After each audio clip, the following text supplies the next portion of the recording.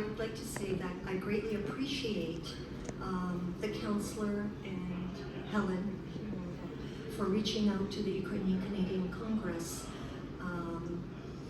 to help move this issue forward, because it's something that we've been working on for a while. We recognize that it is a large challenge and obstacle to young Ukrainians who have arrived.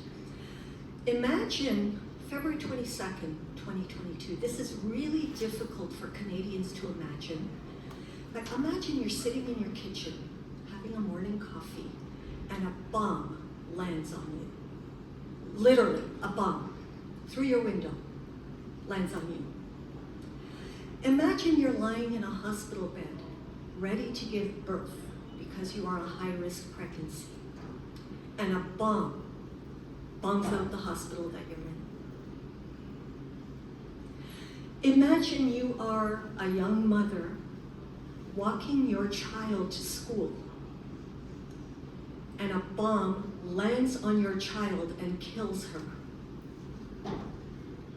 How do you get through your day and your life, for that matter, after that?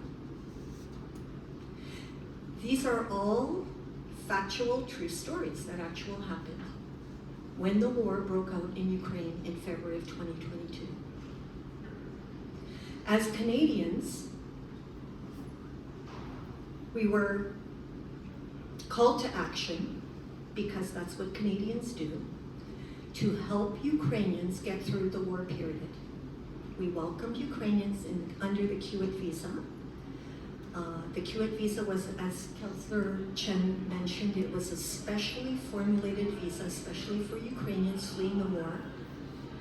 Because you have to really, this is the difficult part for people to understand.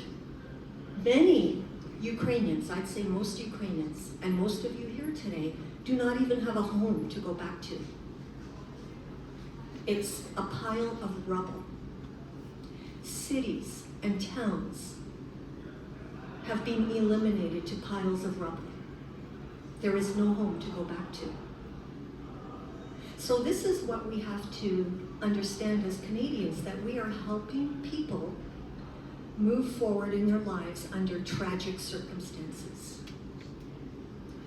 The CUAET visa allowed people to come to Canada for 3 years under special work permit status. But there's something in that CUAET visa that prevents young Ukrainians from accessing post-secondary education at the domestic fee rates.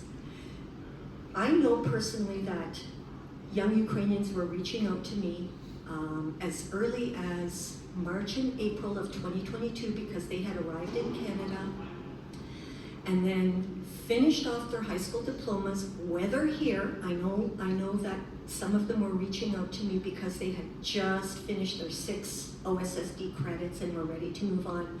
Many Ukrainian students diligently completed their studies online while here and obtained their Ukrainian high school diplomas and were ready to move on.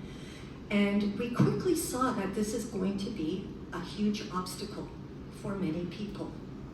We have been advocating for fairness for CUAET visa holders, to be able to access domestic tuition rates.